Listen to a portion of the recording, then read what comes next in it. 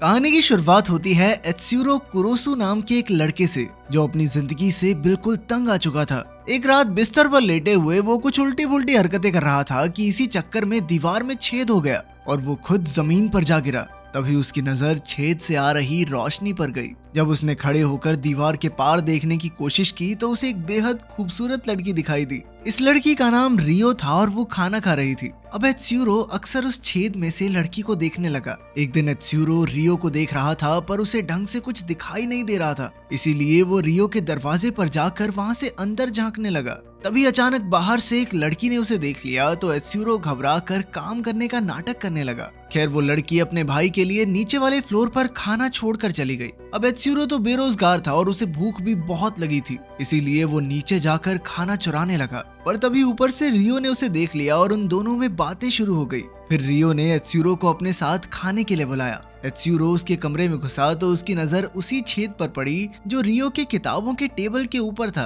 खैर फिर वो दोनों मिलकर खाना खाने लगे तो एत्सुरो को खाना बेहद पसंद आया और उसने खाने की काफी तारीफ की। तब रियो ने कहा कि जब उसका मन करे वो खाना खाने आ सकता है। फिर खाने के बाद एत्सुरो खुशी खुशी अपने घर लौट आया और फिर अपने कमरे से छुपकर रियो को देखने लगा। फिर एक दिन जब वो दोनों खाना खा रहे थे तो एत्सुरो ने रियो से पूछा कि उसके बार बार यहाँ आने से उसे कोई तकलीफ तो नहीं। पर रियो तो कहने लगी कि अगर वो चाहे तो उसके साथ आकर रह भी सकता है। फिर धीरे धीरे एत्सुरो को रियो से प्यार होने लगा क्योंकि उसकी नजर में रियो से बेहतर लड़की कोई नहीं हो सकती। खैर रात को एत्सुरो ने छेद में से रियो को ना देखने का फैसला किया पर वो ज्यादा देर तक खुद को रोक नहीं पाया। उसने छेद से झांक कर देखा तो उसे रियो के साथ एक और आदमी दिखाई दिया। एत्सुरो को लगा कि शायद वो रियो का बॉयफ्रेंड होगा, पर अचानक रियो ने एक ही झटके में उस आदमी का सर धड़ से अलग कर दिया और एक वहशी दरिंदे की तरह हंसने लगी। ये देखकर एत्सुरो हक्का बक्का रह गया और उसने दीवार को धक्का मारा जिससे उस छेद के सामने एक किताब गिर गई। उसे यकीन ही नहीं हो रहा था कि मासूम सी दिखने वाली रियो एक आदमी की जान ले सकती है। बाद में जब एत्सुरो इस खौफनाक घटना के बारे में सोच रहा था तो अचानक किसी ने उसका दरवाजा खटखटाया और उसने बाहर जाकर देखा कि रियो उसके लिए खाना लाई थी। ऐसा लग रहा था कि वो भी एत्सुरो को चाहने लगी है और उसने कहा कि वो आज एत्सुरो के कमरे में खाना खाएंगे। फिर खाने के बाद एत्सुरो ने छेद से किताब हटाई और रियो को देखने लगा। उसे लगा कि शायद उसने जो देखा था वो उसका वहम होगा, पर तभी उसकी नजर मीजी नाम की एक औरत पर पड़ी। अब उसे रियो पर थोड़ा और शक हो गया। फिर अगली सुबह जब वो कपड़े धोने जा रहा था तो रियो ने कहा कि तुम मेरी वॉशिंग मशीन यूज कर लो। इसके बाद उन दोनों ने प्लान किया कि वो आज रात को फिर से साथ खाना खाएंगे। तब एत्सुरो को कल रात की घटना याद आई पर उसने खुद को मना लिया क्योंकि वो रियो को बेहद पसंद करता था। रात को जब एत्सुरो खाने की टेबल सजा रहा था तो अचानक उसे रियो के कमरे से अजीबोगरीब आवाजें आई। उसने तुरंत छेद से देखा तो रियो के कमरे में एक और आदमी था और रियो ने उसे भी बड़ी बेरहमी से मार डाला। ये देखकर एत्सुरो को एहसास हो गया कि ये कोई वहम नहीं है और वो जोर जोर से चिल्लाने लगा। तब रियो ने उसे सुन लिया और वो चाकू लेकर उसके पीछे पड़ गई।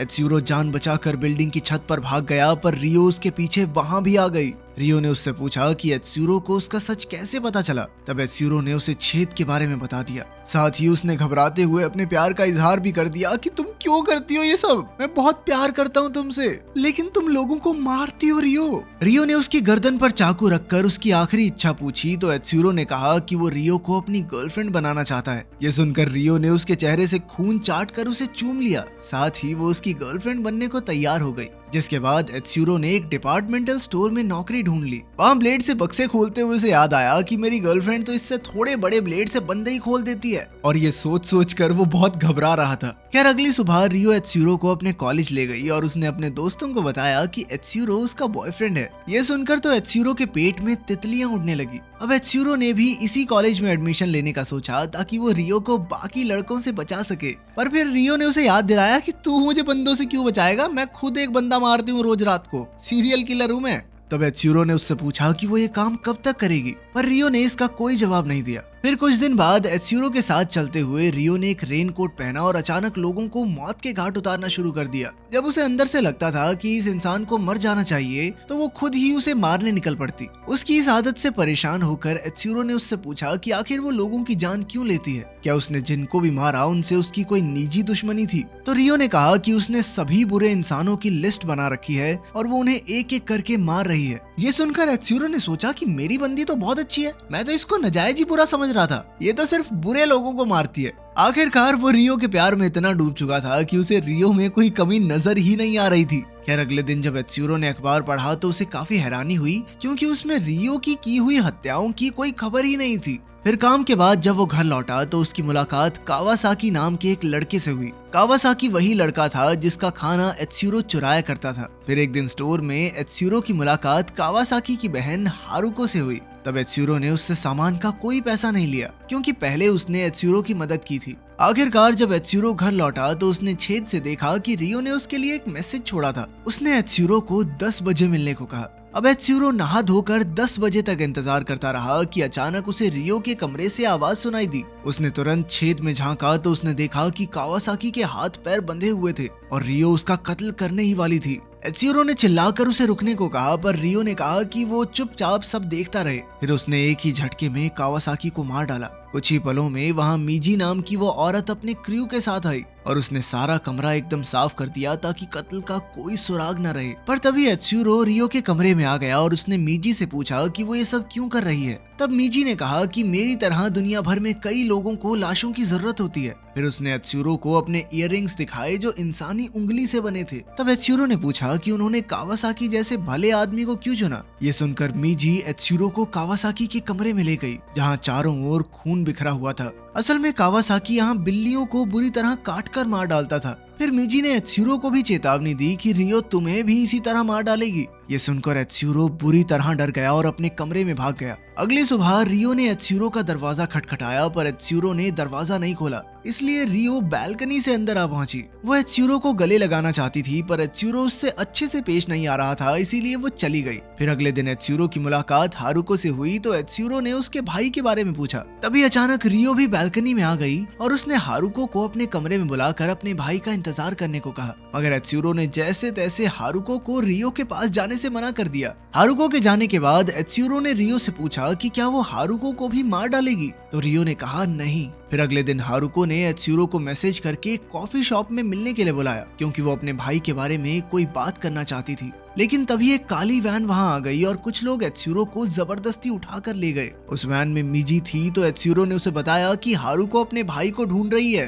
तब मीजी ने हंसकर कहा कि जो इंसान मर चुका है वो कहाँ मिलेगा उसे। खैर बाद में हम देखते हैं कि एत्सुरो हारुको से मिलने कॉफी शॉप पहुंचा। हारुको ने उसे बताया कि उसका भाई इतने दिनों से घर नहीं लौटा, इसलिए उसने पुलिस में कंप्लेंट की है। खैर फिर वो एत्सुरो के साथ जाकर मकान मालिक से मिली ताकि वो कावासाकी का कमरा खोलकर देख सके। जब मकान मालिक ने कावासाकी का कमरा खोला तो एत्सुरो के होश उड़ गए, क्योंकि वहाँ सब कुछ एकदम चकाचक था। एत्सुरो ने चैन की सांस ली और हारुको के साथ बाहर आ गया। बाद में जब वो घर लौट रहा था तो उसने देखा कि एक आदमी रियो के कंधे पर हाथ रखकर घूम रहा था। रात को जब एत्सुरो रियो के साथ खाना खा रहा था तो उसने रियो से उस आदमी के बारे में पूछा, पर रियो जवाब देने की बजाय कहने लगी कि उसे हारुको से दूर रहना चाहिए। सच तो ये था कि उन दोनों को ही जलन हो रही थी। अचानक रियो ने गुस्से में खाना फेंक दिया तो एत्सुरो ने उसे मनाने के लिए पीछे से गले लगा लिया। उसने रियो को चूमने की कोशिश की, पर रियो ने उसकी गर्दन पर चॉपस्टिक रखकर उसे रोक दिया। फिर अगले दिन एत्सुरो फिर से हारुको से मिला तो हारुको कहने लगी कि रियो से कहीं ज्यादा बेहतर हूँ मैं, तुम्हें उसके साथ नहीं मेरे साथ होना चाहिए।